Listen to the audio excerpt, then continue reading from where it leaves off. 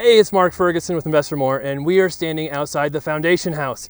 We've had a lot of requests for updates on this, and we finally have an update, and it's just about finished. It's a few things to do, so we'll walk through it, show you everything, talk about what has gone right and what has not gone right, which is a much longer list, and we'll talk about the numbers too. So, of course, check out investformore.com for much more information on our flips, rentals, being an agent, all of that great stuff. And we love the likes and comments, so keep those coming.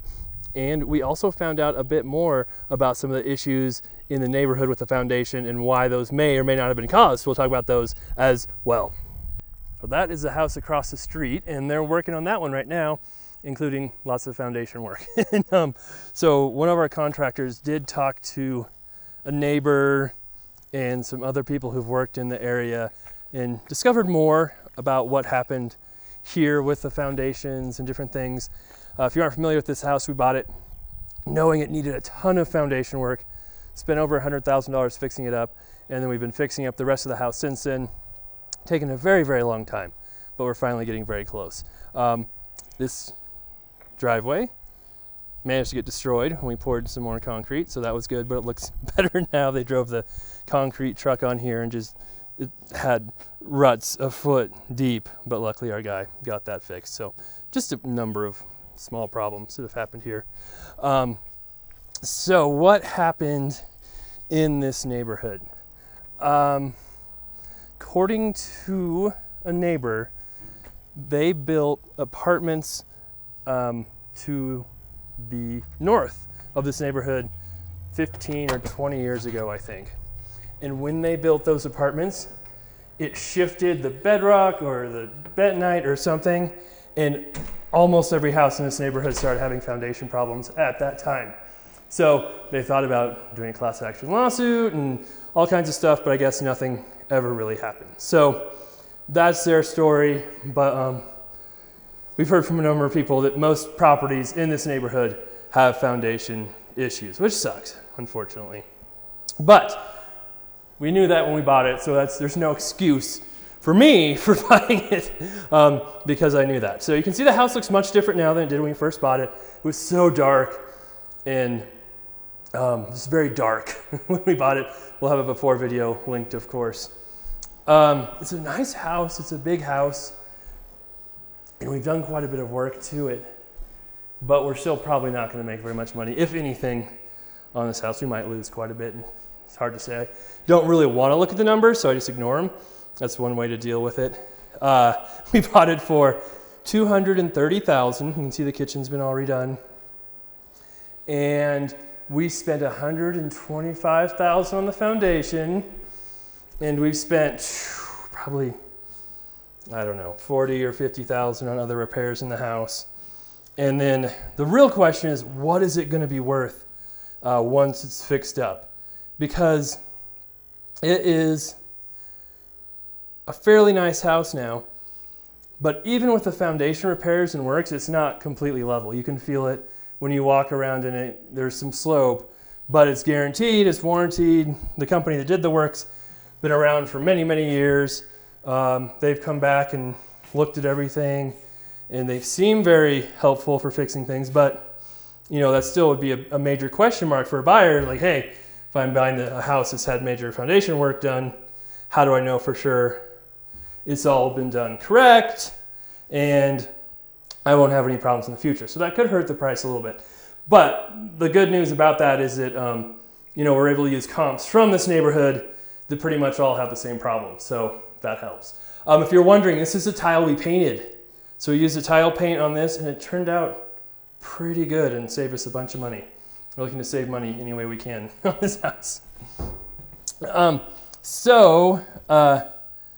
We have to come up with a price for it, and a lot of the houses that have been selling don't have basements in this area. I don't know if they had basements at one time and they filled them in, or they just never had a basement at all. But they've been selling in the low to mid 400s for houses without basements. So with our house, with a basement that's finished, with an extra kind of garage out back, pretty big house. I mean, we're thinking close to 5. It's just hard to say.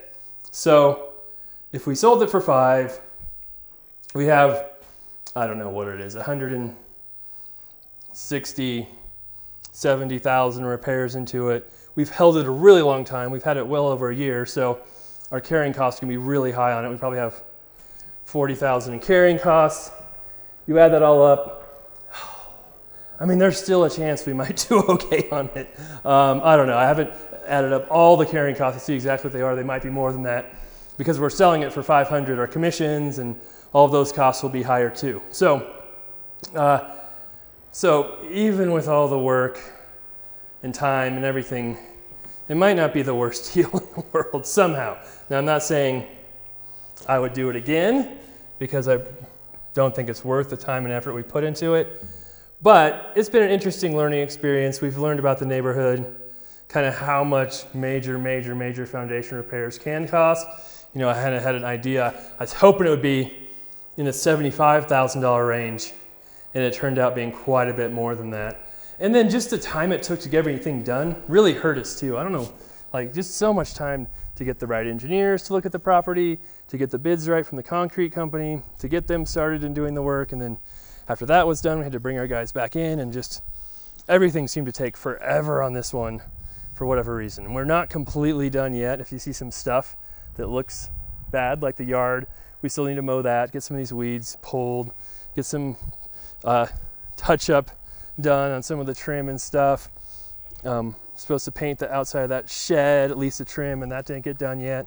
So Nikki and I were just here today looking at everything, seeing what else has to be done, because, you know, as usually, every time you come when a house is done, in quotation marks, you find lots of stuff that's not done, like the window, which needs painted, and trim, and, you know, pretty obvious stuff that should have been finished before we got here. So, it's not the worst house in the world, and it kind of surprises me every time I talk about the numbers a little bit, that they're not worse than they are. We also were helped out quite a bit by the market, which has done phenomenal in this area and gone up quite a bit too. So if that hadn't happened, things would be much worse than they are. So we've seen the upstairs. It's only 2 bedrooms upstairs, but it's, I think it's 1,700 square feet, maybe a little more than that. But they turned one of the bedrooms into the master, so it's got a big master. So, you know, got that. But it does have 2 bedrooms in the basement, so it'll be a 4-bedroom, 3-bath house. You know, should be pretty desirable location. It's got a pretty big yard with an extra garage out there, so we'll see. Down here, we redid the floor plan down here just because we could. When they did the foundation work, they tore out most of the walls and everything. But before, it's just one kind of big room back here. And then a bedroom in this back area here. But you have that tiny window for the bedroom, and your egress window's right there. So we made this one big bedroom and a real big closet right there too. And that's something too we had to argue with our contractor a little bit. Yes, we want, again, a giant, huge closet. That's what we want. If that's what we want, that's what we need you to build. And then we have a good-sized family room still here, as you can see. And then we've got our bathroom right here. Nothing fancy. Big shower insert.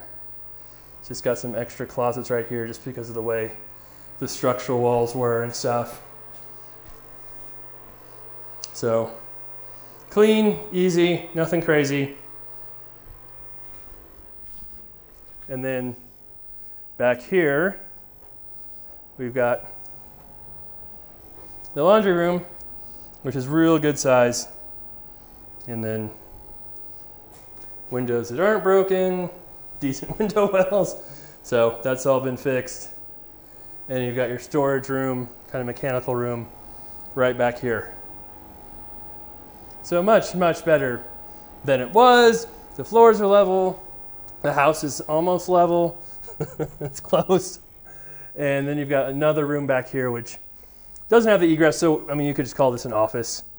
So technically it would be 3 conforming bedrooms, but a big room here with another, as you can see, really big closet we had them put into. So if you have big, giant rooms like this, why not put in big, huge closets is what I always say. All right, so that is the house, the update on the foundation house. Our plan for now is to have a few things touched up, fixed, get it cleaned, have it staged, put it up for sale.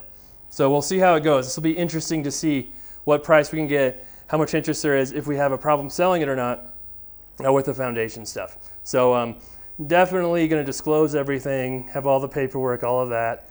And if it sells for around 500, we might do okay.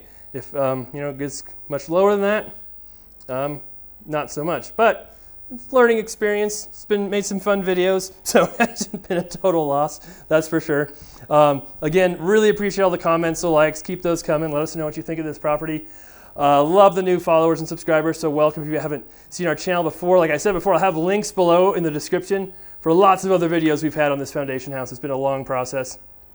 And of course, check out investformore.com for much more information on our flips, rentals, being an agent, all that great stuff. And we have 9 books on Amazon. If you want to help support the Foundation House Fund, that's a good way to do it, by buying books from us on Amazon. All right, take care. We'll be back soon.